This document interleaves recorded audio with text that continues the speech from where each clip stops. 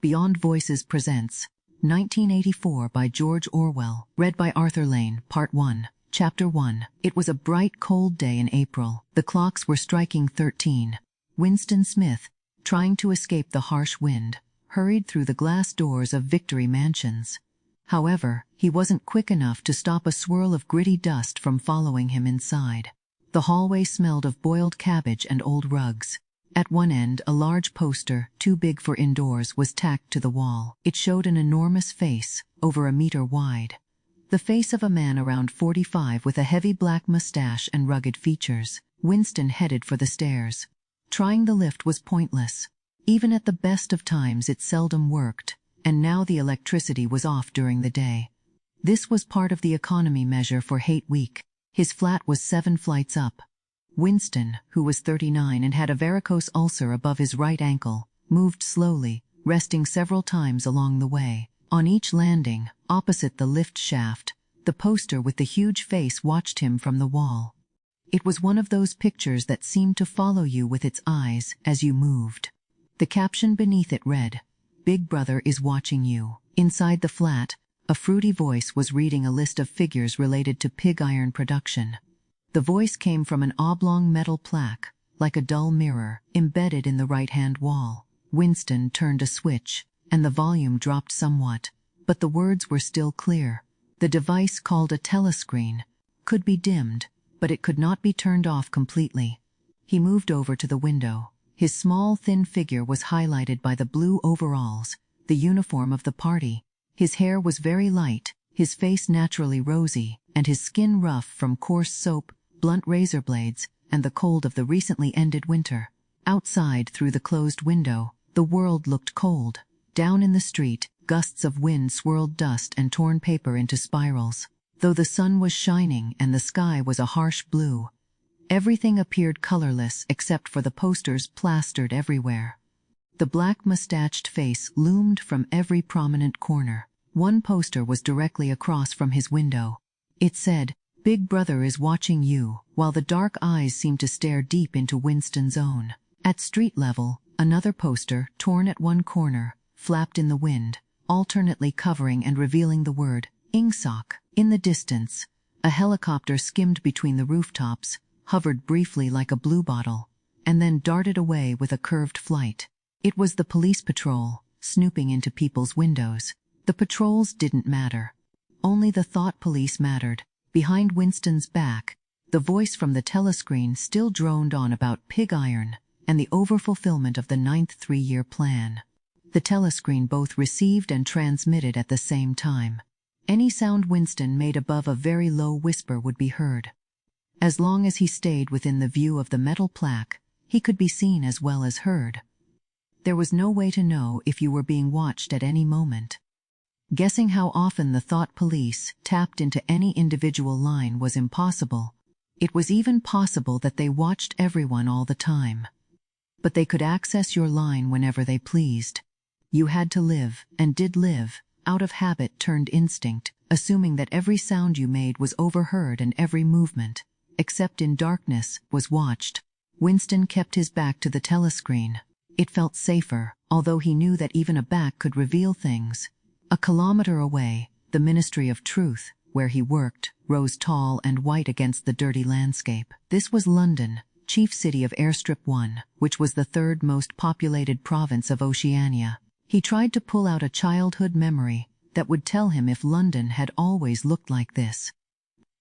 Had there always been these views of decaying 19th century houses, their sides supported by beams, their windows patched with cardboard, and their roofs covered with corrugated iron, with crooked garden walls leaning in all directions, and the bombed sites where plaster dust swirled in the air, and the willow herb grew over piles of rubble, and the spots where bombs had cleared larger areas and ugly clusters of wooden homes had sprung up like chicken coops?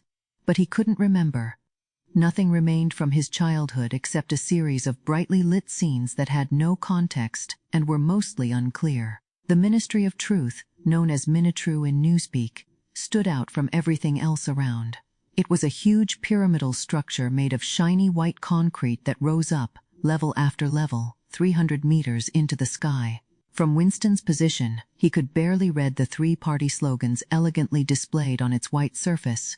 War is peace, freedom is slavery, ignorance is strength. The Ministry of Truth reportedly had 3,000 rooms above ground, and additional ones below. In London, there were only 3 other buildings that looked similar and were the same size. They were so large that from the roof of Victory Mansions, one could see all 4 at once. These buildings housed the 4 ministries that made up the entire government system. The Ministry of Truth handled news, entertainment, education, and the fine arts. The Ministry of Peace dealt with war. The Ministry of Love maintained law and order. Lastly, the Ministry of Plenty managed economic matters. In newspeak they were Minitru, Minipax, Minilove, and Miniplenty. The Ministry of Love was the most intimidating. It had no windows at all. Winston had never entered the Ministry of Love, nor had he gotten within half a kilometer of it. You could only enter on official business, and that required getting through a maze of barbed wire, steel doors, and hidden machine gun nests. Even the streets leading to its outer fences were patrolled by guards with gorilla-like faces, dressed in black uniforms and armed with heavy truncheons. Winston turned around quickly. He put on a calm, optimistic expression, which was wise when facing the telescreen. He walked into the small kitchen. By leaving the ministry at this time, he had given up his lunch in the canteen.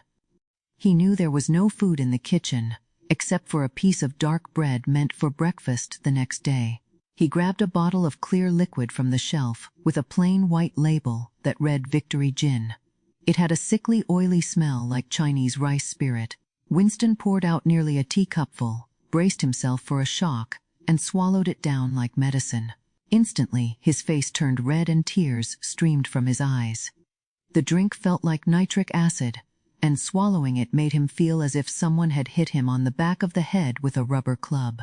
However, the burning in his stomach soon faded, and the world began to look brighter. He took a cigarette from a crumpled packet labeled Victory Cigarettes, and carelessly held it upright, causing the tobacco to spill onto the floor. With the next one, he fared better. He went back to the living room, and sat at a small table to the left of the telescreen. From the drawer he pulled out a pen holder, a bottle of ink, and a thick, quarto-sized blank book with a red spine and a marbled cover. For some reason, the telescreen in the living room was positioned unusually. Instead of being on the end wall as usual, where it could see the entire room, it was on the longer wall opposite the window. Next to it was a shallow alcove where Winston sat. This space had probably been meant for bookshelves when the flats were built. By sitting in the alcove and staying back, Winston could avoid the telescreen's line of sight. He could still be heard, but as long as he remained in this position, he could not be seen. The odd layout of the room partly inspired what he was about to do. The book he had just taken out of the drawer also encouraged him. It was a uniquely beautiful book. Its smooth, creamy paper, slightly yellowed with age, was of a kind not made in at least 40 years. He suspected it was even older. He had seen it in the window of a shabby junk shop in a rundown area of town, though he couldn't recall which area. He had been struck by an intense desire to own it. Party members were not supposed to enter ordinary shops. This was called dealing on the free market. But the rule was often ignored, as items like shoelaces and razor blades were difficult to find elsewhere. He had quickly glanced up and down the street, then slipped inside and purchased the book for $2.50. At that moment he wasn't aware of needing it for any specific reason. He had carried it home in his briefcase, feeling guilty. Even with nothing written in it, it was a risky possession. The action he was about to take was to open a diary. This was not illegal, as there were no laws anymore. However, if caught, he would likely face the death penalty, or spend at least 25 years in a forced labor camp. Winston fitted a nib into the pen holder and sucked it to remove the grease.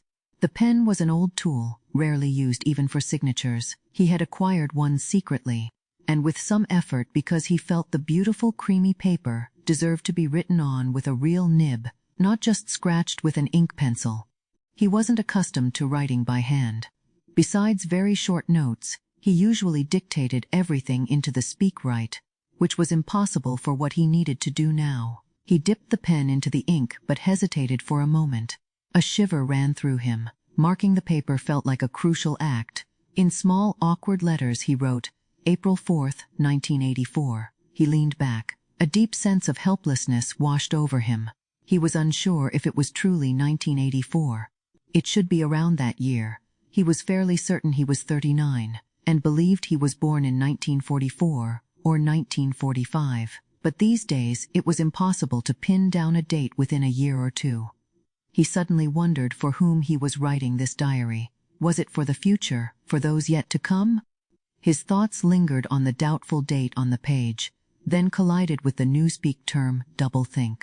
For the first time, he realized the enormity of what he was doing. How could anyone communicate with the future? It seemed impossible. If the future resembled the present, it would ignore him. If it was different, his situation would lose its meaning. He sat for a while, staring blankly at the paper. The telescreen shifted to loud military music. It was strange that he not only felt unable to express himself, but also had forgotten what he originally wanted to say. He had been preparing for this moment for weeks, and it had never occurred to him that he would need anything other than courage. The actual writing should be simple. He just needed to put down on paper the endless, restless thoughts that had been swirling in his mind for years. But right now, even those thoughts had disappeared. His varicose ulcer began to itch terribly. He didn't dare scratch it, as that would make it inflamed. Seconds ticked away. He could focus on nothing but the blank page in front of him, the itch above his ankle, the loud music, and a slight drunkenness from the gin. Suddenly he began to write in a panic, only half aware of what he was putting down. His small, childish handwriting swayed down the page, losing its capital letters and eventually even its punctuation. April 4th, 1984. Last night at the movies, all war films. One particularly good one featured a ship full of refugees being bombed somewhere in the Mediterranean. The audience found it hilarious when a large, overweight man tried to swim away while being pursued by a helicopter. First, you saw him struggling in the water like a porpoise. Then you saw him through the helicopter's gun sights. Soon, he was filled with holes, the sea around him turned pink, and he sank as quickly as if the holes had let in the water. The audience erupted in laughter when he sank. Next, a lifeboat filled with children appeared, with a helicopter hovering overhead. A middle-aged woman, who might have been Jewish, sat in the bow with a little boy, about 3 years old, in her arms. The boy screamed in fear, hiding his head against her as if he wanted to burrow into her. The woman wrapped her arms around him, trying to comfort him even though she was terrified herself, covering him as much as she could, as if her arms could protect him from the bullets. Then the helicopter dropped a 20-kilo bomb among them. A tremendous flash, and the lifeboat was blown to pieces. There was a remarkable shot of a child's arm going up and up into the air. A helicopter with a camera must have followed it, and there was loud applause from the party seats. But a woman in the prole section suddenly started shouting, saying it shouldn't have been shown in front of kids. She was kicked out by the police. I doubt anything happened to her. No one cares what the proles say. That was a typical prole reaction. Winston stopped writing, partly due to cramp. He didn't know why he had spilled out this stream of nonsense. The strange part was that while writing, a different memory had formed clearly in his mind, and he felt ready to write it down. He realized that this other incident had prompted him to come home and start the diary today. It had taken place that morning at the ministry, if anything so vague could be perceived as an event. It was nearly 11, and in the records department, where Winston worked, they were moving the chairs from the cubicles and gathering them in the center of the hall, right in front of the big telescreen, to prepare for the 2 minutes hate. Winston was taking his place in one of the middle rows when 2 familiar faces walked into the room unexpectedly. One was a girl he often saw in the corridors. He didn't know her name, but he knew she worked in the fiction department. Presumably, since he sometimes noticed her with greasy hands and carrying a spanner. She had a mechanical job with one of the novel-writing machines. She was bold-looking, around 27, with thick hair, a freckled face, and quick athletic movements. A narrow red sash, symbol of the Junior Anti-Sex League, was wrapped several times around her waist, just tight enough to emphasize the shape of her hips. Winston had disliked her from the moment he saw her. He understood the reason. She brought an air of sports fields, cold baths, group hikes, and a general clean-mindedness with her. He generally disliked women, especially the young and attractive ones. It was often the women, particularly the young ones, who were the most zealous supporters of the party, the ones who swallowed slogans whole and acted as amateur spies seeking out unorthodoxy. But this specific girl felt more dangerous than most. Once, when they passed in the corridor, she shot him a quick sidelong look that made him feel a wave of fear. He even wondered if she might be a thought police agent. That was unlikely, but he still felt a strange mix of unease and fear whenever she was near. The other person was a man named O'Brien, a member of the inner party, with a position so high that Winston barely understood it. A brief silence fell over the group as they saw an inner party member approaching in black overalls. O'Brien was a large, heavy-set man with a thick neck and a coarse, humorous, brutal face. Despite his intimidating look, he had a certain charm. He had a habit of adjusting his spectacles in a way that was oddly disarming, something that seemed almost refined. If anyone had thought in those terms, it might have reminded them of an 18th-century nobleman offering his snuff box. Winston had seen O'Brien perhaps a dozen times over the years. He felt a deep pull towards him, not just because O'Brien's polished manner contrasted with his fighter's physique. More so, it was because he secretly believed, or perhaps hoped, that O'Brien's political beliefs were not entirely perfect. Something in his features suggested this irresistible possibility. And again, perhaps it wasn't even unorthodoxy that showed on his face, but simply intelligence. But at least he appeared to be someone you could talk to, if you could somehow evade the telescreen and get him alone. Winston had never bothered to confirm this suspicion. There was no way to do so. At that moment, O'Brien glanced at his watch, saw that it was nearly 11, and decided to stay in the records department until the 2 minutes hate was over. He took a seat a couple of spots away from Winston. A small, sandy-haired woman from the cubicle next to Winston sat between them. The girl with dark hair was situated right behind him. In the next moment, a hideous screech, like some massive machine running without oil, erupted from the big telescreen at the end of the room. This noise gripped everyone's nerves and raised the hair on the back of their necks. The hate had begun. As expected, the face of Emmanuel Goldstein, the enemy of the people, appeared on screen. There were hisses from the audience. The sandy-haired woman squeaked in a mix of fear and disgust. Goldstein was the renegade who long ago had been one of the party's leading figures, almost equal to Big Brother himself. After engaging in counter-revolutionary actions, he was condemned to death, but had mysteriously escaped and vanished. The subjects of the 2 minutes hate changed daily, but Goldstein was always the main figure. He was the primary traitor, the first to corrupt the party's purity. Every crime against the party afterward, every betrayal, act of sabotage and deviation, stemmed directly from his teachings. Somewhere, he was still alive and plotting, perhaps hiding beyond the sea, under his foreign allies' protection, or maybe even somewhere in Oceania itself. Winston felt constricted.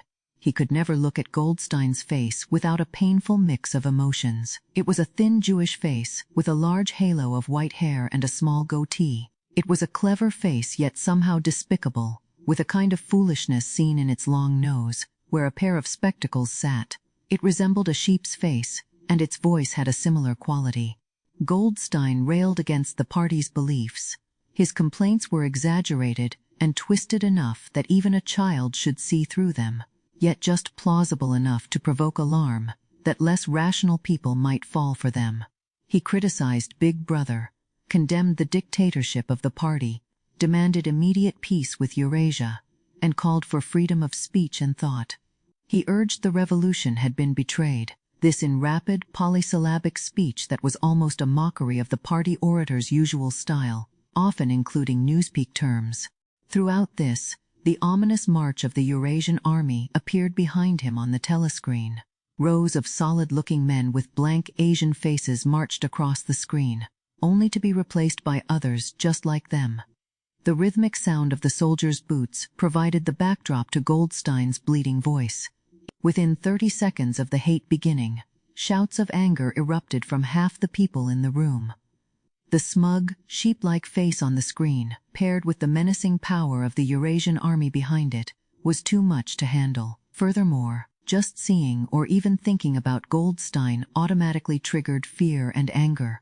He was a target of hatred more constant than either Eurasia or Eastasia. When Oceania was at war with one of these powers, it was typically at peace with the other. But strangely, even though Goldstein was reviled by everyone, and despite being refuted and ridiculed endlessly on platforms, telescreens, newspapers, and books, his influence never seemed to decrease.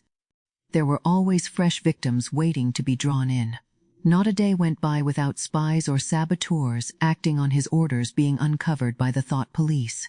He led a large secret army, an underground group of conspirators focused on overthrowing the state. It was called the Brotherhood. There were also rumors about a terrible book, a collection of all the heresies. Goldstein was its author, and it circulated secretly in various places. The book had no title. People referred to it, if they mentioned it at all, simply as the book. But one learned of such things only through vague rumors. Neither the Brotherhood nor the book was a topic any typical party member would mention if they could avoid it. In its second minute, the hate rose to a frenzied level. People jumped up and down, shouting at the top of their lungs to drown out the maddening voice from the screen. The small sandy-haired woman turned bright pink, and her mouth opened and closed like a fish out of water. Even O'Brien's heavy face was flushed. He sat upright in his chair, his powerful chest swelling and quivering as if bracing against a wave. The dark-haired girl behind Winston began shouting, "Swine! Swine! Swine!"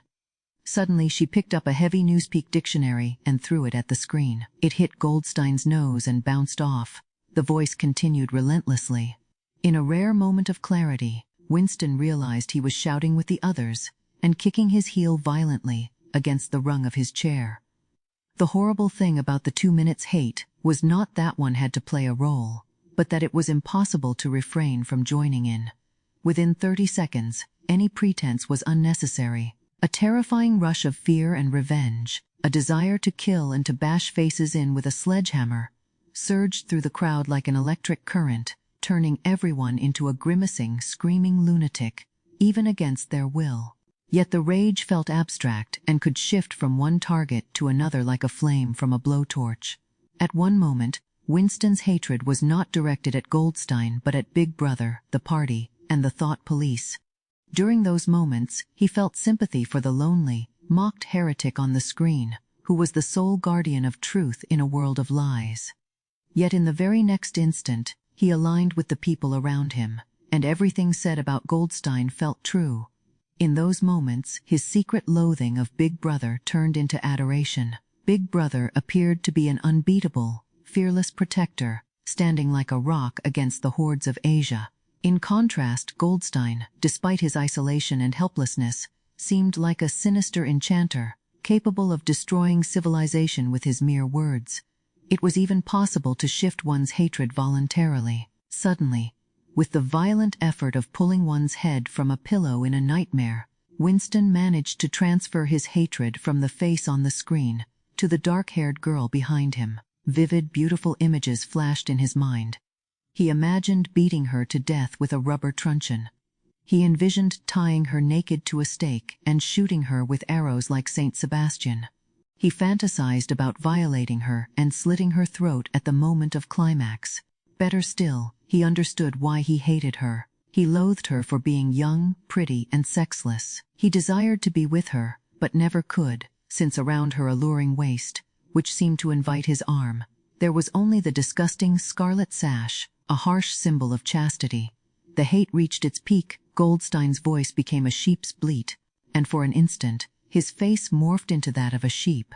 Then the sheep face melted into a figure of a Eurasian soldier who appeared to advance, enormous and terrifying, his submachine gun roaring, seeming to leap out of the screen. Some in the front row flinched backward in their seats. But just then, with a collective sigh of relief, the hostile figure transformed into the face of Big Brother, black-haired, with a black mustache, exuding power and calm so vast it nearly filled the screen. Nobody heard what Big Brother was saying.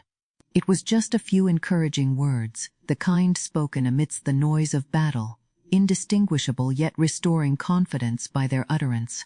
Then Big Brother's face faded again, and the party's 3 slogans appeared in bold capitals: war is peace, freedom is slavery, ignorance is strength. But Big Brother's face lingered on the screen for several seconds, as if its impact on everyone's eyes was too vivid to fade immediately. The little sandy-haired woman leaned over the back of the chair in front of her. With a soft murmur that sounded like, "My savior," she reached out towards the screen. Then she hid her face in her hands. It was clear she was praying. At that moment, the entire group broke into a slow, rhythmic chant of BB, BB repeatedly, very slowly, with a long pause between the first B and the second. A heavy murmurous sound that somehow felt strangely savage, in which one could hear the stamp of bare feet and the thumping of drums. They maintained the chant for perhaps 30 seconds. It was a refrain often heard during overwhelming emotions. Partly it was a hymn to the wisdom and majesty of Big Brother, but more so, it was an act of self-hypnosis, a deliberate drowning of awareness through rhythmic noise. Winston's insides felt cold. In the 2 minutes' hate, he couldn't help but share in the frenzy, but this subhuman chanting of BB, BB, always filled him with dread. Of course he joined in with the crowd. It was impossible not to. To hide his feelings, control his face, and conform to everyone else's actions was instinctive. But there was a brief moment when the expression in his eyes might have betrayed him. It was exactly at that moment when something significant happened, if indeed it happened at all. For an instant, he caught O'Brien's eye. O'Brien stood up, removed his glasses, and was adjusting them back on his nose with his characteristic gesture. But for a split second, as their eyes met, Winston knew, yes, he knew, that O'Brien thought the same as he did. An unmistakable message passed between them. It was as if their minds had opened, and their thoughts flowed from one to the other through their eyes. "I am with you," O'Brien seemed to communicate. "I know exactly what you feel. I understand your contempt, your hatred, your disgust, but don't worry, I am on your side." Then the moment of understanding vanished, and O'Brien's face was as inscrutable as everyone else's. That was all, and Winston already felt uncertain whether it had even happened. Such moments never had any follow-up. They only kept alive in him the belief, or hope, that others besides him were enemies of the party. Perhaps the rumors of vast underground conspiracies were true after all. Perhaps the Brotherhood really existed. Despite the constant arrests, confessions, and executions, it was hard to believe that the Brotherhood was not just a myth. Some days he believed in it, some days he did not. There was no proof, just brief hints that could mean something or nothing. Bits of overheard conversation, faint scribbles on bathroom walls. Once when 2 strangers met, a small hand movement seemed like a signal of recognition. It was all guesswork. He likely imagined everything. He returned to his cubicle without looking at O'Brien again. The thought of following up on their brief contact hardly crossed his mind. It would have been extremely dangerous, even if he knew how to do it. For a moment, they exchanged an unclear glance, and that was the end of it. But even that was a notable event in the isolation he had to endure. Winston straightened up and sat up taller. He belched. The gin was rising in his stomach. His eyes refocused on the page. He realized that while he sat lost in thought, he had also been writing, almost automatically. The handwriting was no longer the cramped, awkward script of before. His pen had moved easily over the smooth paper, printing in large, neat capitals, "Down with Big Brother, down with Big Brother, down with Big Brother, down with Big Brother, down with Big Brother," over and over, filling half a page. He felt a twinge of panic. It seemed ridiculous, since writing those words was no more dangerous than the initial act of opening the diary. But for a moment, he thought about tearing out the ruined pages and giving up entirely. He didn't do it, though, because he knew it was pointless. Whether he wrote "Down with Big Brother" or not made no difference. Whether he continued the diary or not made no difference. The thought police would catch him regardless. He had committed the crime that included all others in itself. They called it thought crime. Thought crime was something you couldn't hide forever. You might escape for a while, even for years, but eventually, they would get you. It always happened at night. The arrests almost always occurred at night. You'd wake up suddenly, feeling a rough hand shaking your shoulder, bright lights in your eyes, and hard faces surrounding your bed. In most cases, there was no trial, no announcement of the arrest. People simply vanished, always at night. Your name was erased from the records. Every trace of your life was wiped clean. Your existence was denied and forgotten. You were abolished, annihilated, vaporized was the usual term. For a moment he felt a wave of hysteria. He hurriedly scribbled in a messy scrawl. "They'll shoot me, I don't care. They'll shoot me in the back of the neck, I don't care. Down with Big Brother, they always shoot you in the back of the neck, I don't care. Down with Big Brother." He leaned back in his chair, slightly embarrassed, and set down the pen. The next moment, he jumped at a knocking on the door. Already, he sat frozen, hoping that whoever it was might leave after one knock. But no, the knocking continued. The worst thing would be to hesitate. His heart pounded like a drum, but his face, from long habit, was probably blank. He got up and moved heavily toward the door. If you like our recordings, consider liking this video and subscribing to our channel, so you don't miss any more audiobooks. And next part coming soon. Till then, take care, bye.